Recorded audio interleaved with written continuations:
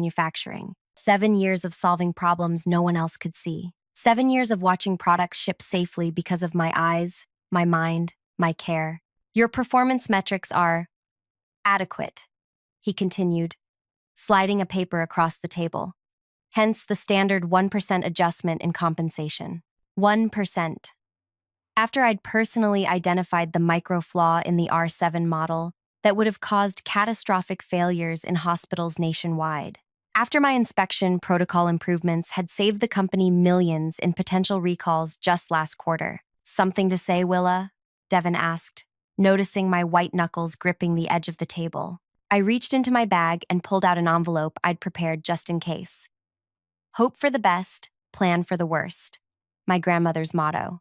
Find someone else then, I said, my voice steadier than I expected. I placed my resignation letter before him. As per company policy, I'm giving 2 weeks' notice. Devin barely glanced at it. 2 weeks won't be necessary. We can process your departure today. There's an attachment, I said, nodding toward the second paper beneath my resignation. A transition guide. He didn't even look. We'll manage. Clear your desk by 5. 3 hours later, I walked out the main entrance. A small box of belongings in my arms. Security watched as I loaded them into my car, as if I might suddenly decide to steal industrial secrets after 7 loyal years. The attachment remained unread on Devin's desk. By the time anyone would think to look at it, I'd be long gone. What they didn't know was what I'd set in motion. What they couldn't possibly understand was exactly how irreplaceable I truly was. And in exactly 13 days, they were going to learn the hard way. If you're enjoying this story so far, take a second to like this video and subscribe to the channel. Trust me. You'll want to hear how this plays out. Leave a comment with what you think happens next. I bet you won't see the real ending coming. My name is Willa Bryce, and until 3 hours ago, I was the Senior Quality Control Specialist at Midwest Manufacturing. Not the most glamorous title, but it was mine. I earned it. Growing up as the only child of a watchmaker in a small town had its advantages. Dad taught me to see the world differently, to notice the tiniest details others missed. While other kids played video games, I learned to disassemble and reassemble pocket watches blindfolded. When something broke in our house, I was the one who fixed it, analyzing the failure points and improving the design when I put it back together. People called me peculiar. Teachers said I was too precise and needed to loosen up. But precision was my comfort zone, my superpower. When everyone else saw a functioning machine, I saw the loose screw that would cause it to fail in exactly 17 days. I never planned to work at Midwest Manufacturing. With my engineering degree fresh in hand, I had interviews lined up with prestigious firms in Chicago and New York. Then Mom got sick. Cancer. The kind that didn't leave much time for goodbyes. So I stayed, taking the only technical job available within driving distance of the hospital. Assembly line worker. Entry level. Temporary, I told myself. On my 3rd day, I noticed something wrong with the medical pump components coming down the line. A microscopic misalignment in the injection mold that would cause the pumps to deliver incorrect medication dosages over time. Not immediately, which made it more dangerous. The failure would occur after months of normal operation, when everyone trusted the equipment implicitly. I reported it to my supervisor, Tara. She ignored me. New girl making waves. I tried the floor manager, who told me to stay in my lane. Finally, I wrote a detailed analysis and slipped it under the plant manager's door. The next day, production halted. Emergency meetings filled the calendar. Teams of engineers huddled around testing equipment, verifying what I'd found. A week later, I was moved to quality control. A month after that, I became a specialist. Within a year, I had developed a multi-phase inspection system that caught problems no standard test could identify. My protocols became the backbone of the company's quality assurance program. For 6 years, things were good. I saved the company from 3 potential recalls. I prevented countless failures before products ever left the building. The old management team valued my work. They didn't always understand it, but they respected it. Then Apex Capital bought the company. New executives, new priorities. New buzzwords like streamlining and overhead reduction, and a new HR director named Devin Powell, with his MBA and his spreadsheets, and his complete inability to understand what actually happened on the production floor. From his first week, Devin had targeted my department. Quality costs, he'd announced in his first company-wide meeting. We need to balance thoroughness with efficiency. Translation: cut corners wherever possible. I sat in my car in the parking lot, staring at the red brick building that had been my second home for 7 years. My phone buzzed with a text from Tara, now a production supervisor. "They're crazy to let you go. Need anything?" I didn't answer. What could I say? That I felt hollow? That despite knowing this day might come, I wasn't prepared for how much it would hurt? I started the engine and drove. No destination in mind. The spring afternoon was deceptively cheerful. All budding trees and birdsong. I ended up at Lakeside Park, where I sometimes ate lunch on good weather days. Sitting on a bench overlooking the water, I finally let myself feel everything. The anger, the betrayal, the strange relief. 7 years of my life, dismissed in 3 minutes. My expertise, my dedication, my literal blood, that time I sliced my hand fixing a jammed conveyor, all easily replaceable. My phone rang. Unknown number. I let it go to voicemail. Then it rang again. Same number. Then again. Finally, I answered. "Willa?" "It's Chen from engineering." His voice was tight, stressed. "There's something wrong with the new shipment tests. The protocols are giving inconsistent results." I almost laughed. "I don't work there anymore, Chen." "What? Since when?" "Since about 2 hours ago." Devin decided I'm easily replaceable. Silence on the line. "But the Northside Hospital order ships tomorrow. We need your sign-off." "Not my problem anymore. Call Devin." I hung up, a strange lightness filling my chest. Not my problem. For the first time in 7 years, whatever crisis erupted at Midwest Manufacturing would be someone else's responsibility. My phone immediately buzzed with texts. "Chen. Please call me back. This is serious." "Tara, the QC team is panicking. What did you do?" "Lynn from production. Did you change the testing parameters before leaving?" I turned off my phone and watched the lake ripple in the breeze. They would figure it out. Or they wouldn't. Either way, I was free. That evening, I poured myself a glass of wine and did something I hadn't done in years. Absolutely nothing. No reports to review. No procedures to update. No midnight calls about production line emergencies. I slept for 10 hours straight. When I turned my phone back on the next morning, I had 27 missed calls and 43 text messages. Most from Midwest Manufacturing employees. 3 from Devin himself. His voicemail was terse. "Willa, call me immediately regarding the testing protocols. This is urgent." The satisfaction I felt was probably petty. Okay, definitely petty. But after being told I was dispensable, hearing the panic in his voice was vindicating. I didn't call back. Instead, I made coffee, opened my laptop, and began updating my resume. 7 years at one company looked good. The specific accomplishments I could list looked even better. Around noon, my doorbell rang. Tara stood on my porch, looking frazzled. "You need to come back," she said without preamble. "The entire QC department is in chaos." "I don't work there anymore," I reminded her, leaning against the doorframe. Devin made that very clear. The Northside order failed final inspection. Nobody understands why. The readings make no sense. "Did anyone read my transition guide?" Tara blinked. "Of course." The attachment Devin had ignored. I left detailed instructions for whoever replaced me. It was attached to my resignation letter. Devin never mentioned any guide. He's been running around blaming the engineering team, who are blaming the production team, who are blaming the materials suppliers. I shrugged. Sounds like a management problem. "Willa, please. We've worked together for years. At least tell me what's happening with the testing equipment." I hesitated. Tara had always been decent to me, even when we disagreed. "Nothing's wrong with the equipment," I said finally. "The problem is that nobody else understands the inspection sequences.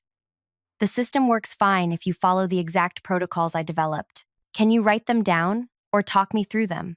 I did write them down. In the transition guide, Tara looked desperate. They're talking about recall contingencies, Willa. This could cost millions. For a moment, I wavered. These were medical devices. Devices that saved lives. Then I remembered Devon's smug face. You're easily replaceable. I offered 2 weeks to train my replacement, I said quietly. That offer was declined. Tara's phone buzzed. What? I asked. The backup testing also failed. They're stopping all shipments effective immediately. As she rushed back to her car, I closed my door and leaned against it, heart racing. The company that had discarded me was now facing exactly what I had prevented for 7 years. A quality crisis. I should have felt bad. Instead, I felt something stirring inside me. Something like power. My phone rang again. Devon. This time, I answered. We need you to come in, he said, his voice clipped. As a consultant. One day, standard contractor rate. I'm afraid I'm busy today, I replied, surprised at my own confidence. Tomorrow then, double the standard rate. I let the silence stretch uncomfortably long. I'll need to check my schedule, I finally said. I'll get back to you. I hung up before he could respond. 7 years of loyalty had earned me a 1% raise and a dismissive exit. 24 hours of absence had earned me a consulting offer at double rates. The realization crystallized something in my mind. A plan began to form, not just for tomorrow, but for the weeks and months ahead. They thought I was replaceable. I was about to prove just how wrong they were. And Devon Powell had no idea what was coming. That night, I dreamed of broken machines and Devon's face twisted in panic. I woke up, smiling. By morning, my phone showed 15 more missed calls. The production line had been shut down completely. An unprecedented move that cost the company tens of thousands for every idle hour. The transition guide remained unread on Devon's desk, buried under crisis management paperwork. I spent the day drafting polished versions of my resume and researching companies that might appreciate my particular skills. Around noon, my doorbell rang again. This time, it wasn't Tara. It was Alan Bennett, the company president. May I come in? He asked, standing awkwardly on my porch in his tailored suit, looking distinctly out of place in my modest neighborhood. I hesitated, then stepped aside. Alan had always been fair in our limited interactions. Before Apex Capital's takeover, he'd personally thanked me after I'd prevented the R7 model disaster. Coffee? I offered, leading him to my small kitchen table. Please. He looked exhausted, with dark circles under his eyes, and his usually immaculate silver hair slightly disheveled. As I prepared the coffee, he cleared his throat. I only learned about your departure yesterday evening. Interesting, I replied, keeping my tone neutral, since it happened 2 days ago. Devon didn't inform senior management until the production issues became impossible to hide. Alan accepted the mug I offered. Willa, I'll be direct. We need you back. As a consultant, for double the standard rate, I quoted Devon's offer. Alan winced. I'm not here to offer you a consulting position. I'm here to offer you your job back, with a significant adjustment to your compensation and title. He slid a folder across my table. Inside was an employment contract for Director of Quality Assurance, with a salary nearly triple my previous one. You'd report directly to me, Alan continued, complete authority over your department. And, he hesitated, Devon has been instructed to issue a formal apology. I sipped my coffee, letting the silence grow uncomfortable. What exactly is happening at the plant? I finally asked. Alan's professional composure cracked slightly. 3 failed inspections. Production completely halted. The North Side order, worth nearly $7 million, is in jeopardy. Nobody understands your quality verification system well enough to troubleshoot it. Did anyone read my transition guide? Alan blinked. What guide? I almost laughed. The attachment to my resignation letter. It contained detailed instructions for whoever took over my position. I've never seen any guide. Devon said you left without any knowledge transfer. Now I did laugh, a short, bitter sound. Of course he did. Is there a copy you could provide? Alan asked, leaning forward. I have one, I admitted. But I'm curious. What happens if I decline your offer? Alan set down his coffee mug with deliberate care. Conservatively, a recall of 6 months' worth of production, potential lawsuits, significant layoffs at the plant while we rebuild our quality protocols from scratch. The weight of his words hung in the air. Hundreds of people worked at that plant.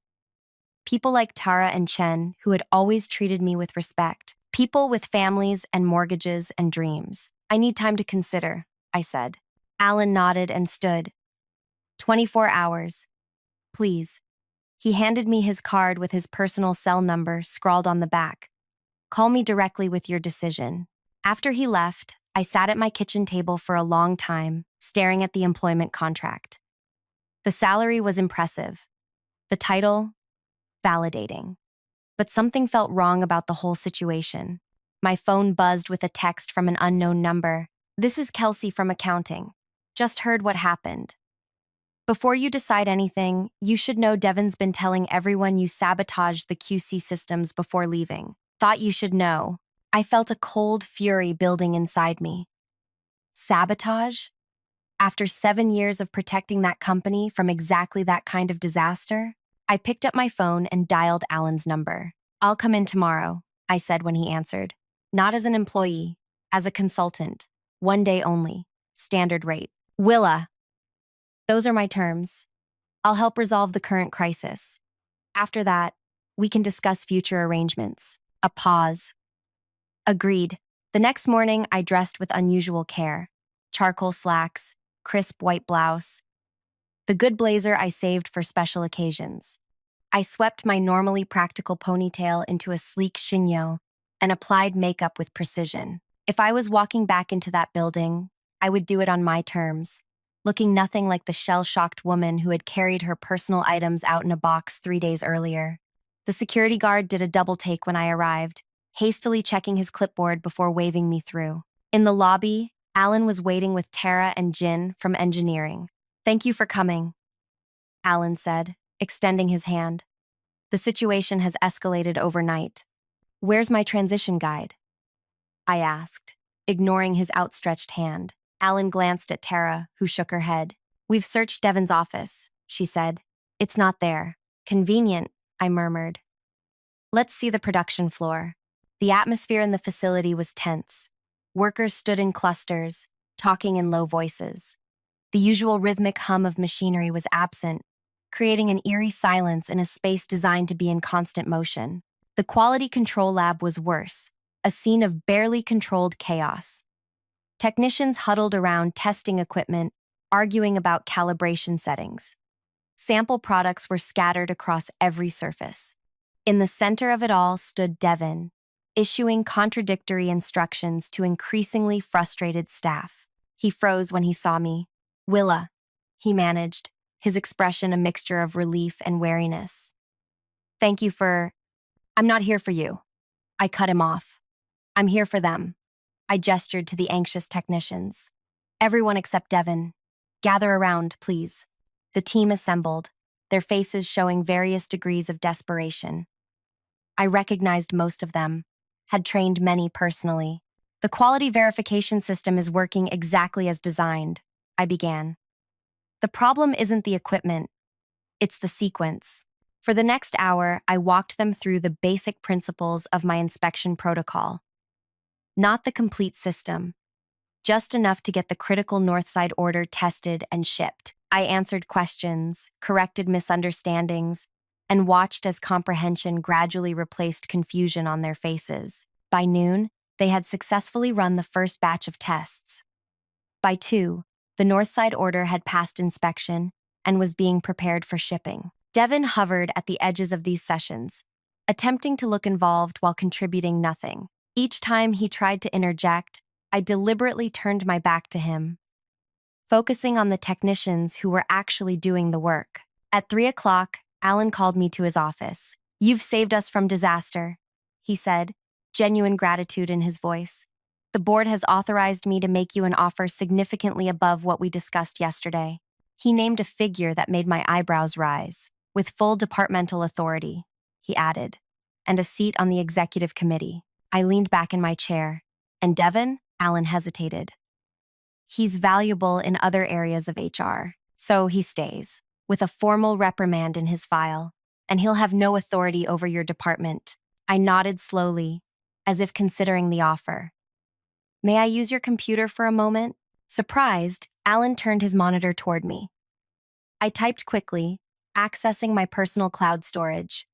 I printed 2 copies of a document, handing one to Alan. This is my transition guide, the one I attached to my resignation letter. Alan skimmed the detailed 20-page document, his expression growing increasingly troubled. This would have prevented everything that happened this week. Yes, and you say Devin had this? It was attached to my resignation letter. He chose not to share it.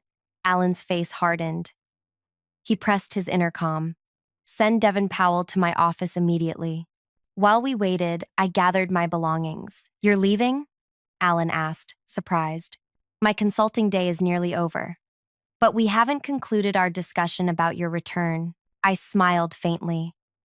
I'll be in touch with my decision tomorrow. Devin arrived just as I was preparing to leave. He faltered slightly, seeing me there, but quickly recovered, smoothing his tie with manicured fingers. You wanted to see me, Alan? Explain this. Alan pushed the transition guide across his desk. Devin glanced at it, his expression carefully neutral. I've never seen this document before. It was attached to my resignation letter, I said quietly. The one you barely looked at before telling me I could leave immediately.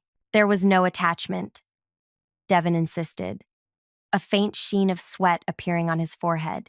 I reached into my bag and withdrew a 3rd copy of the guide. This is my personal copy. Note the timestamp on the digital signature, created 3 days ago, before I resigned. Devin's face flushed. I never received this. So you're suggesting I'm lying? I asked, my voice dangerously soft. I'm saying there's been a misunderstanding. Alan had been watching this exchange with growing displeasure. A misunderstanding that nearly cost us millions, that risked our relationship with our largest client, that shut down production for 3 days. Devin swallowed hard. I followed standard separation protocols. By failing to notify senior management of a key employee's departure for over 24 hours, Alan's voice had taken on a steely quality I'd never heard before. By telling the accounting department she sabotaged our systems, Devin paled. I never. Save it, Alan snapped. We'll continue this discussion privately. He turned to me. Willa, please reconsider our offer. The company needs you. I nodded noncommittally and walked out, feeling Devin's eyes burning into my back. In the parking lot, I sat in my car for several minutes, processing what had just happened. The satisfaction I'd expected to feel was muted, complicated by seeing the genuine distress of former colleagues I respected. My phone buzzed with a text from Tara. Whatever you decide, you showed everyone who's really irreplaceable today. On the drive home, I considered my options. Alan's offer was generous.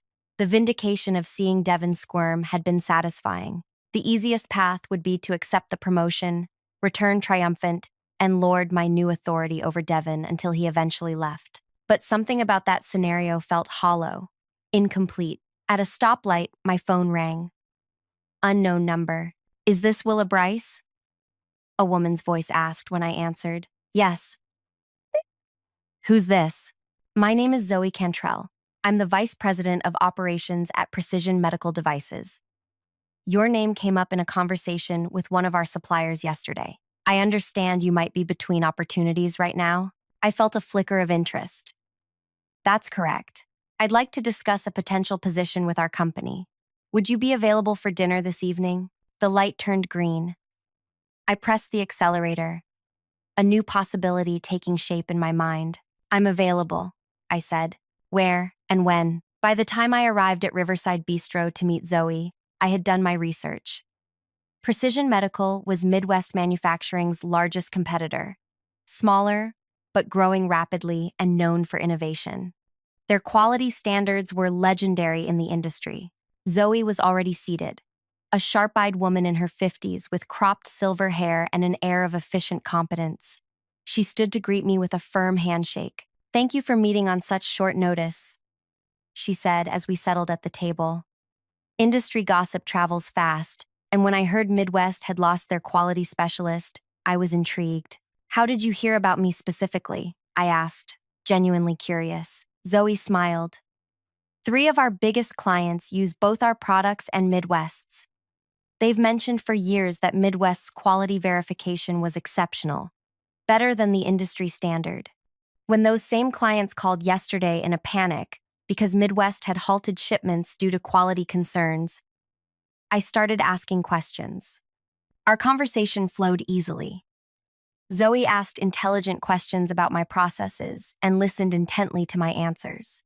By dessert, she had outlined a position that seemed tailor-made for my skills: Director of Quality Systems, reporting directly to her, with a team of specialists under my direction. The salary is competitive, she said, sliding a folder across the table. I opened it and nearly choked on my coffee. The figure was 20% higher than Alan's already generous offer. This seems exceptional, I managed. We value exceptional people, Zoe replied simply, and we'd like you to bring your quality verification system to us exclusively. The implications sank in slowly.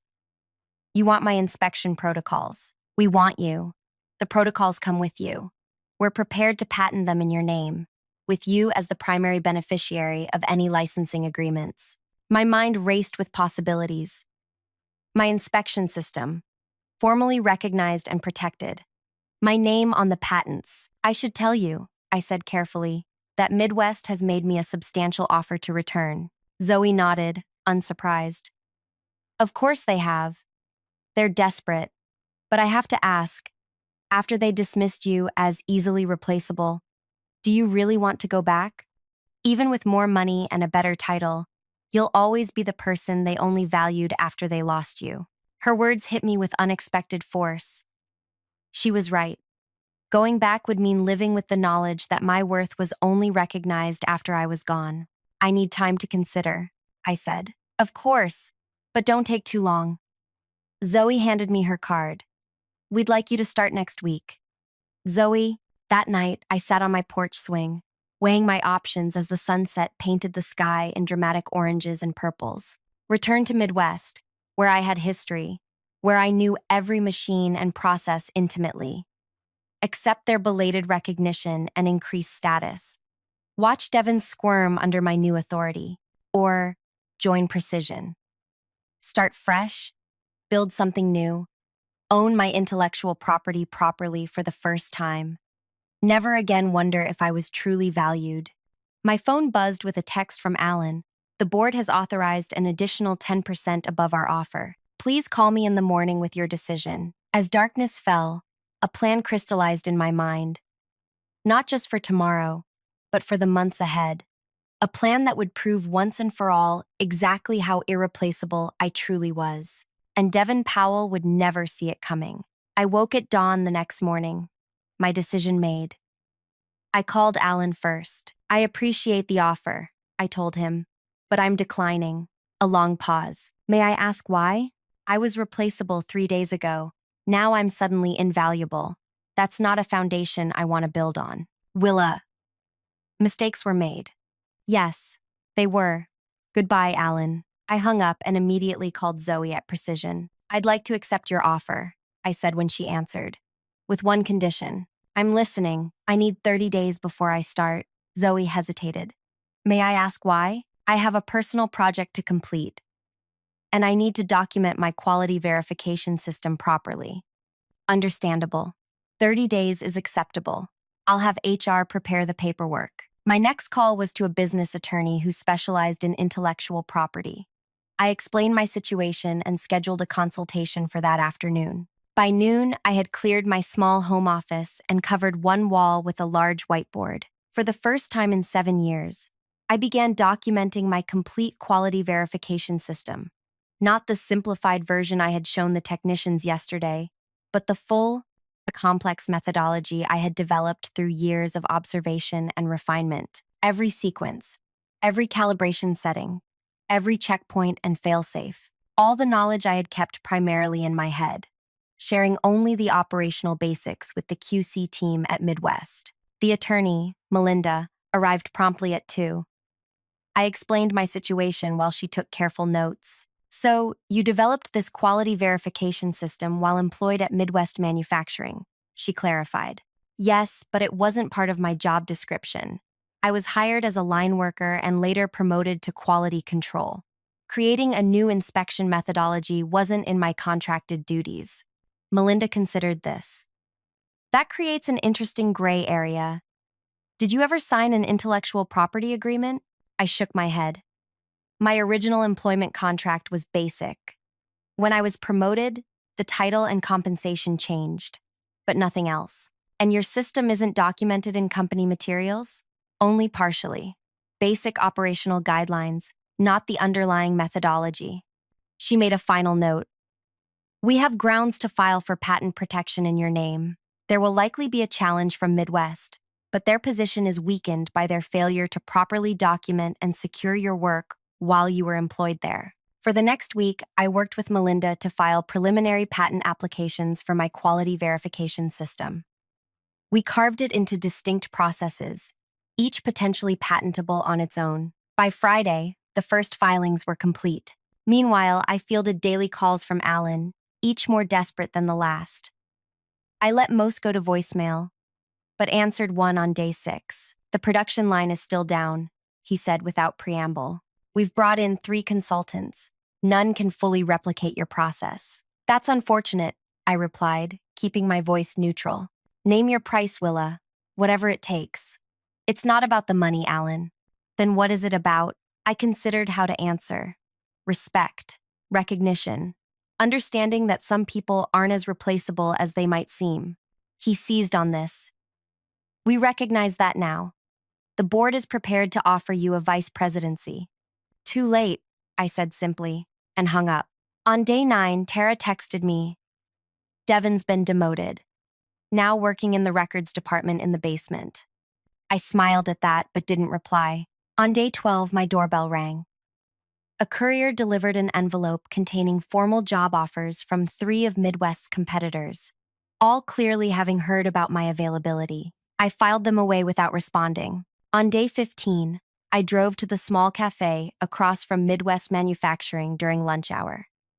I sat by the window, watching employees file out for their breaks. Their faces showed the strain of the ongoing crisis, the tightness around eyes, the quick, nervous movements. I recognized that look. It was the expression of people worried about their futures, their jobs. Guilt nagged at me. My quarrel wasn't with the line workers or engineers. They weren't responsible for Devin's actions or the company's failure to value my contribution until it was too late. Tara spotted me through the window and came inside, sliding into the seat across from me. You look well, she said, studying my face. Better than the rest of us. How bad is it? I asked. She sighed heavily. Production's partially restarted, but quality rejections are through the roof. We're shipping at maybe 30% capacity. The board is meeting daily. Rumors about layoffs are everywhere. My stomach tightened. I'm sorry to hear that. I'm sorry to hear that. Are you? Her tone wasn't accusatory, just tired. You could fix this, Willa. You could save hundreds of jobs. That's not my responsibility anymore. Maybe not. But these people have families, mortgages. They didn't do anything wrong. She left before I could respond, leaving me with an uncomfortable weight in my chest. That evening, I stared at my whiteboard, at the detailed documentation of my life's work. Was I punishing the wrong people? Was my revenge against Devin and the company that undervalued me hurting innocent bystanders? I called Zoe. I have a hypothetical question, I said when she answered. If I were to license my quality verification system to other companies while working for Precision, would that be acceptable? A thoughtful pause. Ordinarily no, but in your case, it might be arranged. Under certain conditions. What are you thinking? I'm thinking about the human cost of what's happening at Midwest. Ah. She understood immediately. You're concerned about the workers. Yes, a limited licensing arrangement might be possible. But Willa, don't give away what you've earned. Whatever you decide, make sure it's on your terms. Her words stayed with me as I formulated the next phase of my plan. On day 17, I called Alan and requested a meeting. Not at Midwest, but at a neutral location, a conference room at the downtown library. He agreed immediately. When we met the following morning, I brought Melinda with me. Alan arrived with Midwest's corporate counsel, a nervous-looking man named Grant. "Thank you for meeting," Alan began, looking haggard. Dark circles shadowed his eyes, and his normally impeccable suit appeared slept in. "We're prepared to discuss any terms." I held up my hand. "I'm not here to negotiate employment.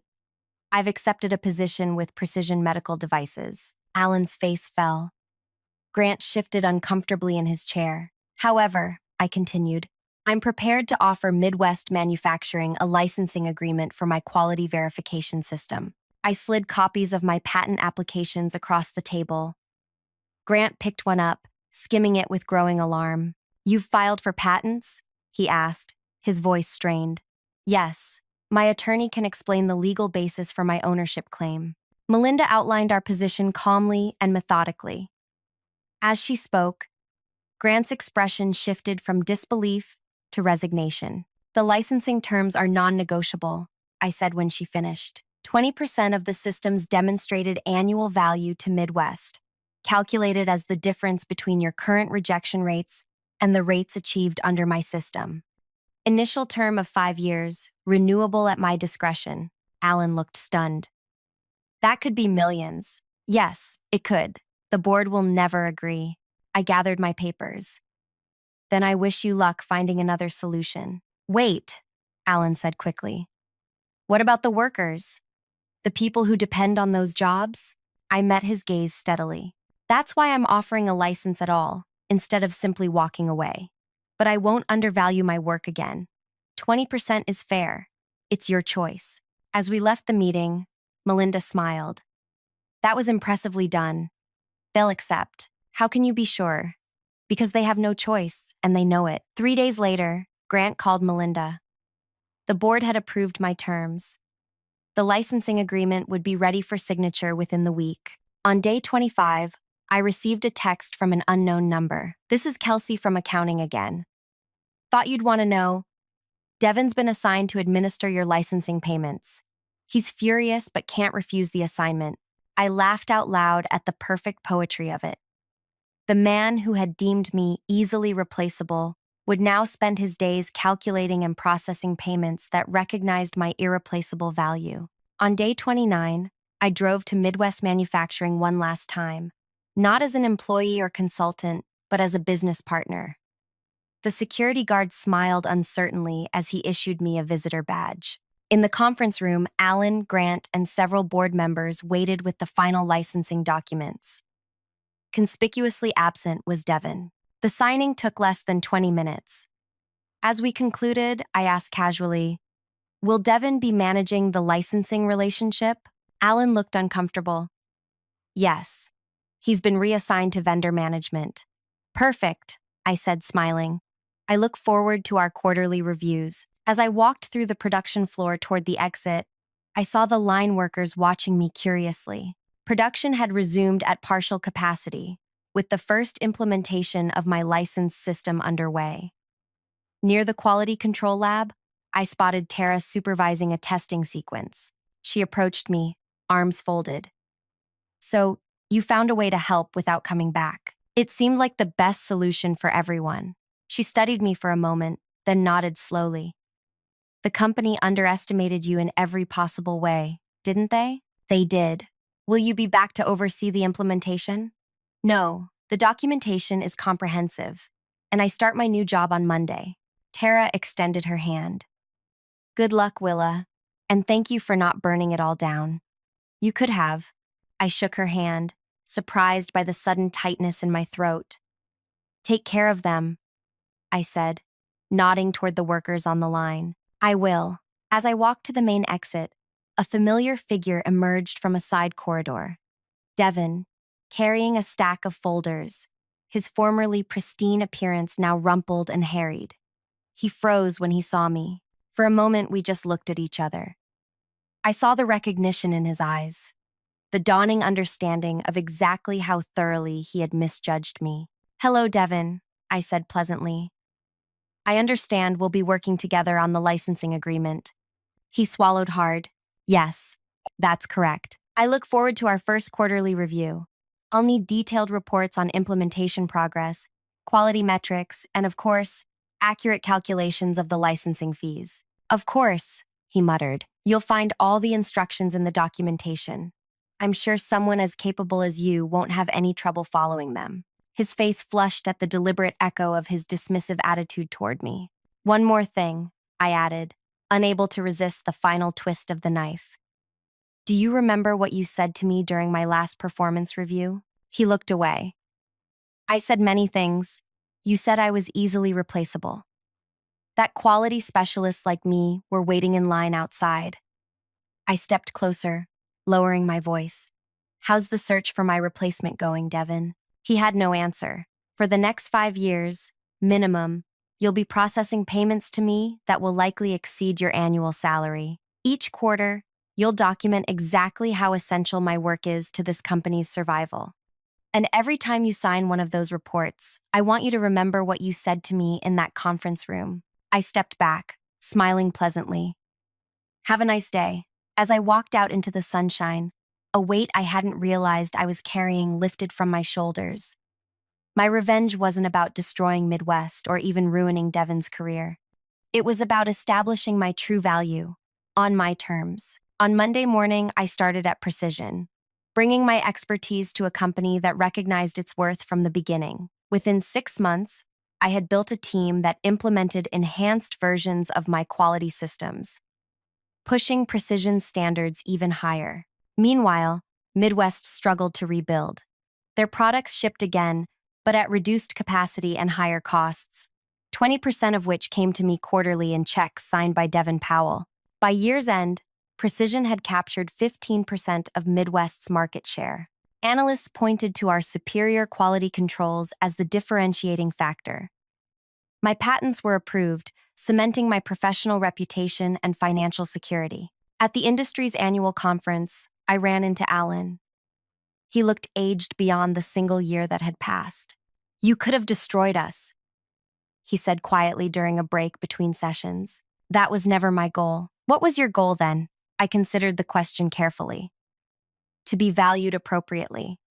To never again be considered easily replaceable. He nodded slowly. Mission accomplished, I'd say. Devin submits his quarterly reports on your licensing agreement with remarkable thoroughness. I think it's the only part of his job he actually fears getting wrong. I smiled at that. The perfect punishment for the man who had dismissed my precision and attention to detail. Being forced to apply those same qualities to calculating my value, quarter after quarter, year after year. Sometimes the most satisfying revenge isn't destroying your enemies. It's forcing them to acknowledge your worth, over and over again, while you move forward into something better. As for me, I'm no longer worried about being replaceable. I've built something that speaks for itself, a legacy of quality that bears my name and my patents. My systems protect patients in hospitals across the country. My team at Precision treats me with the respect I've earned. And every 3 months, I receive a reminder of how wrong Devin was, in the form of a check that grows larger each quarter, as the licensing terms capture the true value of what I created. That's the thing about being irreplaceable. Once you truly understand your worth, no one can ever take it away from you again. If this story resonated with you, I'd love to hear about a time when someone underestimated your value and how you proved them wrong. Hit the like button if you've ever wanted to show someone exactly how irreplaceable you really are, and subscribe for more stories about getting the recognition you deserve. Remember, sometimes the best revenge isn't just walking away. It's succeeding so spectacularly that they never forget what they lost.